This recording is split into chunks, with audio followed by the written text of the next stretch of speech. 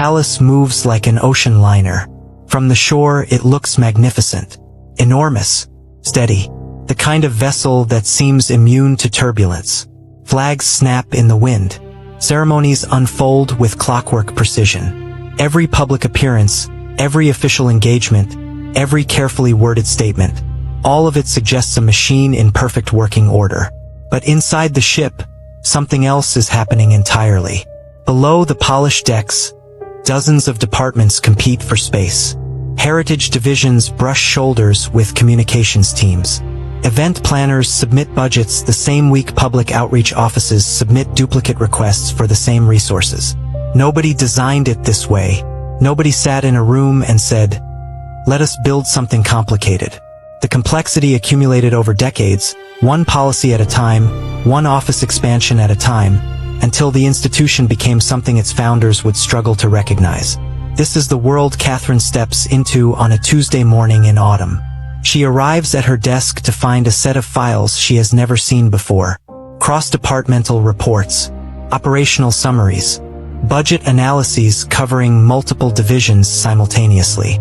Documents that, until this morning, traveled only through a narrow set of senior administrators. Her name is now on the distribution list. Nobody sends an explanation. No memo arrives. No assistant appears at the door to describe what changed, or why, or who authorized it. The files simply exist. Her access simply exists. And Catherine, a woman who has spent years watching from a careful distance, opens the first folder with the measured stillness of someone who already knows that stillness matters. 3 corridors away, a veteran administrator named Jeffrey pauses over his morning correspondence. He has worked within these walls for 27 years. He knows the distribution lists the way a ship's pilot knows the channels, instinctively, completely. And Catherine's name in that column, on that particular report, does not belong there. Not yet. Not without a reason. He sets the paper down and says nothing. Catherine reaches the 7th page of the first report and goes still. She reads the passage twice, then a 3rd time. Then she sets the folder aside and pulls a telephone directory from her desk drawer, looking for the extension of the records office. She needs additional files. Whatever she found it quickly. And she is not done looking. The palace is not one institution. This is the first thing Catherine understands after 3 days with the files spread across her desk. She had suspected complexity. She had not suspected this. A collection of parallel kingdoms, each operating with its own logic, its own priorities, its own definition of success, its own quiet belief that it is the most important room in the building. The communications teams speak one language. The heritage divisions speak another.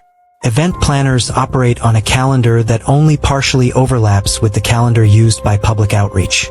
There are 4 separate databases tracking donor relationships, maintained by 4 separate offices, updated on 4 different schedules, and none of them have been compared against one another in at least 6 years. Catherine begins with the oldest reports. She works forward through the years methodically the way a geologist reads rock strata, looking not for single events but for patterns. And the patterns are unmistakable once you know how to see them. Resources are being duplicated. 2 departments paid separate vendors for nearly identical services in the same quarter. 3 offices submitted requests for the same conference facilities for the same week, creating a bidding conflict that was resolved informally, expensively, and without documentation. The messaging is fractured. Public statements released by the communications division sometimes contradict materials published by heritage teams. Neither office appears to know the other has issued anything. The right hand does not know what the left hand is signing. Most institutions don't collapse because of enemies. They collapse because the people inside them stop talking to one another. Not out of malice, out of habit, out of the slow accumulation of small separations that eventually become walls. Catherine marks a yellow tab at a report from 5 years ago. A program serving young people across 3 regional communities had exceeded every target it was given. Participation numbers were up. Funding efficiency was exceptional. External evaluators had praised it in writing. And yet it had appeared on an internal list of programs under review for cancellation. Not because it was failing, because nobody in the budget committee had heard of it. Survived. But only because one junior administrator happened to be in 2 meetings on the same day. Catherine adds another tab, then another. Then she turns to a section she had set aside, thinking it was procedural. It isn't procedural. It is a record of how each department defines its own success, and the definitions are not just different. They are incompatible. A number that represents excellence in one office represents mediocrity in another. The institution cannot agree on what winning looks like, which means it cannot agree on what it is trying to do. Catherine begins with the simplest possible questions. She does not arrive in offices with accusations. She does not carry the documents under her arm like weapons. She comes with a notepad and a tone that suggests genuine curiosity, and she asks the kinds of questions that should have obvious answers. Why does this program have 2 separate budget lines? When did these 2 offices last coordinate on public messaging? Who owns the decision when both departments have equal authority and they disagree? The answers, when they come, are not answers. They are explanations of how things have always been done. They are references to precedents from administrations that no longer exist. They are polite redirections toward people who might know more, each of whom redirects toward someone else. Resistance begins, not loudly, not confrontationally, but in the particular way resistance moves through institutions of this kind. Meetings run long and end before her questions reach the agenda. Information requests are acknowledged and then processed with unhurried care. Replies arrive with the essential sections missing, followed by follow-up notes explaining that the relevant documents are currently being updated. Some officials cooperate openly. They are, almost universally, the people who have been frustrated the longest. They hand her documents before she finishes asking for them. They lean forward in their chairs. They have the look of people who have been waiting for someone to ask. Others become defensive in proportion to how close her questions come to something specific. The audience, anyone watching this from the outside, would sense it immediately. The resistance is not random. It clusters around particular topics, particular years, particular decisions made by particular people who are still employed by this institution and still occupy the offices where those decisions were made. One morning, a senior advisor named Pemberton calls a meeting and ends it 11 minutes in. He thanks Catherine for her time, collects his papers, and leaves. The door closes with the specific quietness of someone who has practiced not slamming it. That evening, a message arrives through an intermediary. It suggests, with the careful phrasing of someone who has consulted a lawyer, that Catherine might find her work more productive if she focused on certain operational areas rather than others. She reads the message. She sets it down. She picks up her notepad and writes the names of exactly those areas at the top of a fresh page. Nobody intended this. That is perhaps the most important thing to understand about what Catherine has found, and the most difficult thing for the people inside it to accept. No individual sat in a chair and chose dysfunction. No committee voted to create confusion. No leader looked at a working system and said, "Let us make this worse." The system evolved. That is all. One budget cycle at a time. One reorganization at a time. One long-serving administrator retiring without documenting their institutional knowledge, leaving a gap that was filled by whoever was nearest. The palace has been operating, in some form, for longer than most modern nations have existed. Traditions are not just traditions here. They are load-bearing walls. Remove one without understanding why it was placed, and you cannot predict what shifts. This creates a particular kind of culture. A culture in which questioning a process feels like questioning the institution itself. Where someone who asks "why do we do this" is heard as someone who thinks everything is wrong. Where middle managers protect procedures they cannot explain because the procedures are, at minimum, familiar, and the familiar carries its own form of safety. Catherine meets several of these guardians in her third week. They are competent people, thoughtful people, people who care genuinely about the institution's mission and have served it, in some cases, for longer than Catherine has been involved with it. They protect things they do not fully understand because the alternative, admitting that nobody fully understands, feels like a more dangerous admission than the dysfunction itself. A set of procurement regulations from the late 1970s appears in Catherine's notes. The regulations govern how the institution contracts with external vendors in a category of services that, at the time of writing, did not include digital communication. The regulations have never been formally updated. They have simply been reinterpreted year by year by whoever needed to make a decision without consistency, without record, and without any shared understanding of what the original text was trying to achieve. 5 current operational problems trace back to decisions made under those regulations. Nobody knew they were connected. Catherine writes a single word at the top of that page. Architecture. This is the moment everything changes. Not loudly, not dramatically. In fact, it happens in near silence. Catherine alone at her desk on a Wednesday afternoon, turning the last page of a departmental map she requested from the records office, and understanding something that nobody else in the building currently understands. Nobody possesses the complete picture. Not the heads of department, not the senior advisors, not the administrators who have spent decades inside these walls.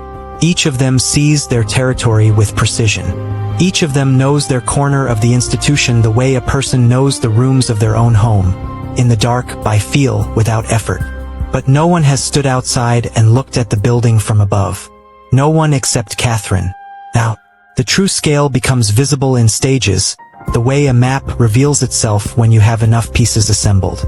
She sees where the departments overlap and where they leave gaps. She sees which communications reach their intended audiences and which vanish between offices. She sees the decision points, the moments when information should cross a boundary and doesn't, not because anyone blocks it but because no process exists to carry it. The institution has never been mapped this way. Not in living memory. Perhaps not ever.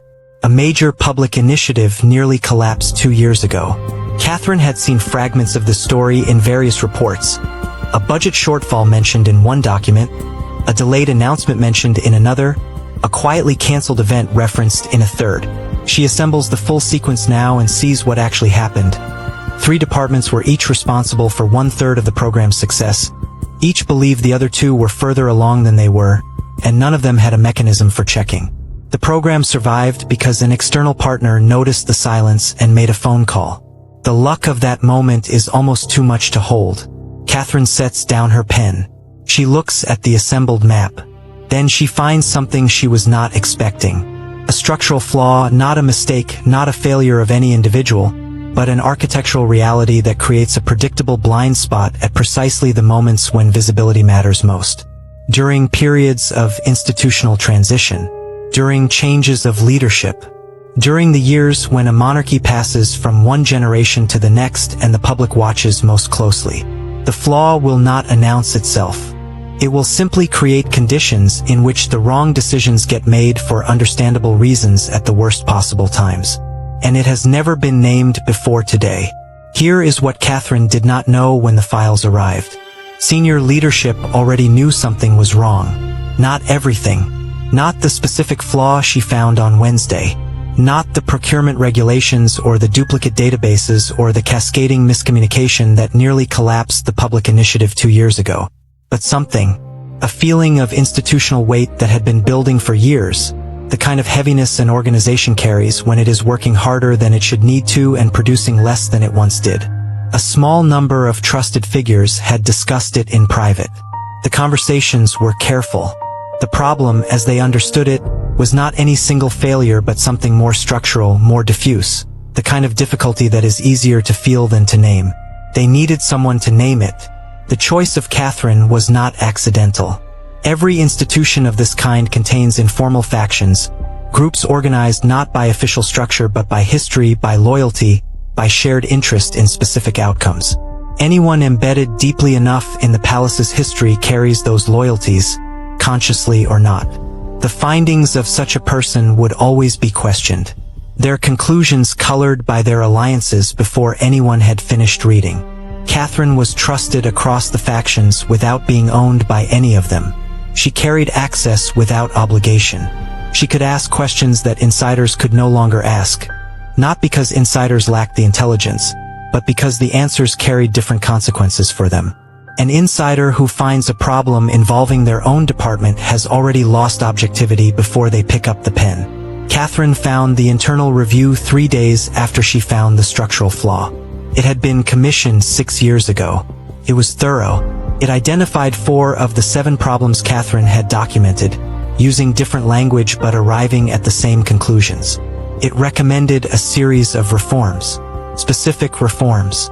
Reforms with timelines and responsible parties named. It had been received, acknowledged, filed, and then entirely set aside. The review had predicted exactly what happened 2 years ago with the public initiative. The prediction had been in writing. The warning had been clear. Nobody had implemented anything. The question was not whether someone had known. The question was why knowing had not been enough. Not everyone who resists change is a villain. This is the thing Catherine has to remind herself as the weeks continue and the pressure around her work begins to shift from passive to organized. The people working against what she has found are not, for the most part, bad actors. They are not corrupt. They do not want the institution to fail. They simply have something to lose. A department head who built her career on the existing structure does not experience a proposal to restructure that department as an improvement. She experiences it as an erasure. 15 years of expertise, suddenly reclassified as expertise in the wrong thing. A budget director who has managed resources under the current system for a decade understands the new system as a threat to every relationship he has built, every shortcut he has learned, every informal arrangement that makes his work manageable. Power structures do not announce themselves. They operate through scheduling, through copy lists, through who is in the room when decisions are made and who receives the summary afterward. A reform proposal Catherine submitted through official channels disappears. Not dramatically. It simply enters the review process and does not emerge.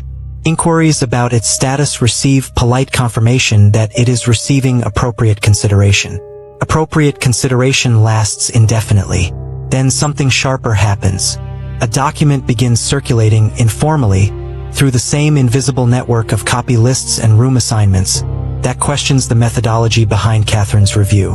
The document does not say anything overtly false. It raises concerns. It suggests that certain data sources were incomplete.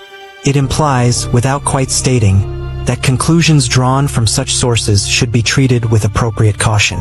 The document was written by someone with enough institutional authority to be taken seriously. It reaches the desks of 3 senior figures before Catherine becomes aware of it. She reads it once. She identifies the 4 factual claims she can directly disprove. She writes a response in precise, documented language that is careful never to characterize the document's author by intent, only by accuracy. She submits the response the same way she submits everything, through official channels with a full record. The greatest defenders of broken systems are often the people who benefit from stability. They are not defending the brokenness. They are defending the only version of the world they know how to navigate. Catherine understands this. She proceeds anyway. The room fills slowly. A conference table the color of dark mahogany. Chairs arranged with the geometry of equal authority, though everyone who sits in them knows authority here is never equal. Representatives from 6 departments. 3 senior advisors. 2 figures whose titles do not fully describe their influence. The summit was assembled by the same leadership that gave Catherine her access. No official announcement preceded it. No agenda was distributed in advance. These things in institutions like this one are not oversights. They are strategies. The plan was for evidence to be presented, findings reviewed, discussion to follow in the orderly progression of institutional due diligence. What actually happens is years of hidden pressure colliding in a single room. The first 90 minutes are managed. Catherine presents the structural findings with the clarity of someone who has rehearsed not the words but the stillness, the deliberate removal of anything that could be read as accusation. She maps the architecture. She names the flaw. She shows, document by document, how the flaw created the conditions for each downstream failure. The discomfort in the room is visible and wordless. Then the objections begin. Not to the data is too carefully sourced to attack directly. To the interpretation, to the scope, to the appropriateness of addressing structural questions in this forum rather than through slower, more established channels. Several senior figures argue, with genuine conviction, that the institution has managed complexity of this kind before and that reform requires patience and trust in existing processes. Existing processes, Catherine thinks, are what produced the existing problems. She does not say this aloud.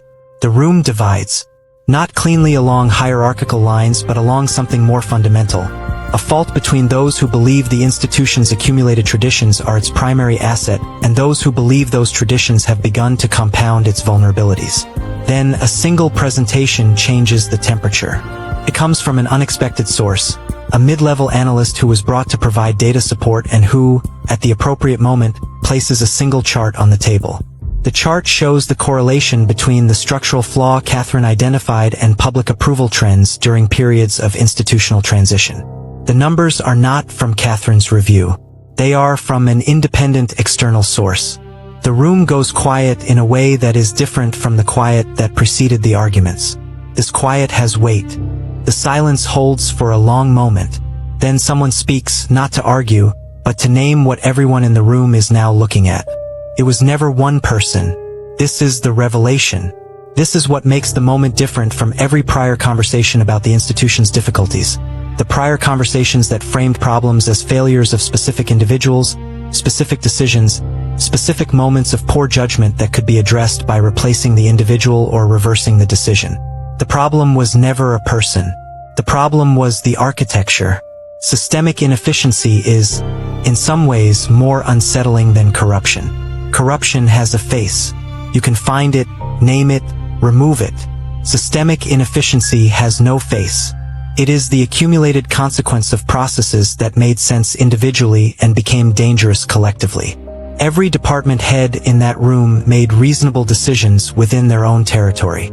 Every administrator who protected an existing process protected it for reasons that had once been valid. Every communication failure happened because no system existed to prevent it, not because anyone chose to let it happen. The misaligned incentives are perhaps the most difficult to confront. The institution rewards those who protect their department's resources. This is rational behavior. But when every department is rewarded for protecting its own resources, collective resources are never optimized. The whole institution loses while each individual department wins. The communication failures are structural.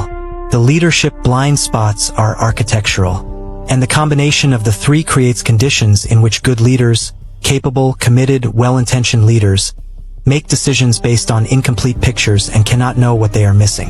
The greatest threat to a palace isn't rebellion outside its walls. It's confusion inside them. The line comes from Catherine's written report, which she did not deliver orally. But it is in the room now, quoted by one of the senior advisors who had read it the previous evening. It hangs in the air with the specific quality of a sentence that will be repeated. Some still resist. The resistance is quieter now, no longer organized around disputing the data, but around negotiating the pace and the scope. These are not trivial concerns.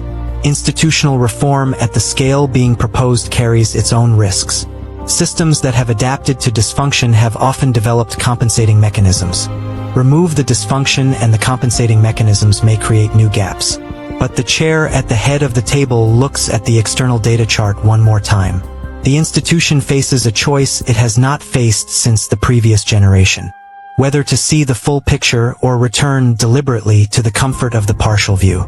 Change begins quietly. It does not begin with an announcement. No press release. No formal declaration. A small working group convenes the week after the summit. Representatives from 4 departments who have, for the first time in institutional memory, been given a mandate to share information across their divisional boundaries without submitting a formal request for each transfer. Feels like a small thing. It is, in fact, a rupture in a wall that has been standing for decades. The first connected information flow reveals 3 redundant vendor contracts that can be consolidated. The savings are not dramatic, but the process of finding them, for departments looking at the same data simultaneously and discovering they were each paying for a version of the same thing, is itself the reform. Not the outcome, the process. Weeks pass, then months. The databases are reconciled. Not all at once. The work is painstaking, territory by territory, record by record, with each department required to show its working and accept correction. There are arguments. There are moments when the working group nearly fractures. There are officials who submit complaints through official channels about the pace, the scope, the disruption to operations they have managed without incident for years. The complaints are read. Some are valid. The reform adjusts where adjustment is warranted and holds where the resistance is primarily about comfort. The structural flaw Catherine identified does not disappear. It cannot be engineered away entirely. It is the product of the institution's size, its age, and the genuine complexity of what it is trying to do. But it is now named. It is now visible. And the moments when it would previously have created its worst damage are now moments when someone in a coordination meeting looks at a chart and says, "We are approaching that window, let us check the alignment before we proceed." The storms have not disappeared. They are the same storms, the same choppy institutional waters, the same competing pressures from inside and outside, the same public scrutiny, the same weight of history pressing on every decision. But now the crew shares the same map. Jeffrey, the veteran administrator who noticed Catherine's name on the distribution list that first Tuesday morning, attends one of the early coordination meetings and sits in the back of the room. He watches departments present their information to one another. He watches questions asked across the table that would previously have required a written request and a 3-week wait. He says nothing during the meeting. Afterward, in the corridor, he finds Catherine and tells her that he has been waiting 30 years for someone to do what she did. He says this without sentiment. As a fact, most people spend their lives looking for villains. It is a more comfortable search than the alternative, the recognition that many of the world's most persistent problems survive not because of malicious actors but because ordinary people in ordinary systems learn to tolerate what is broken. Because tolerance is easier than confrontation, especially when the broken system is the only system you have ever known. Because admitting that the architecture is wrong can feel like admitting that the years spent navigating it were wasted. They were not wasted. They were the map of the problem. And maps are only useful once you decide to look at them honestly. The ship is still sailing. History rarely remembers the meeting where change began. It remembers the future that meeting made possible.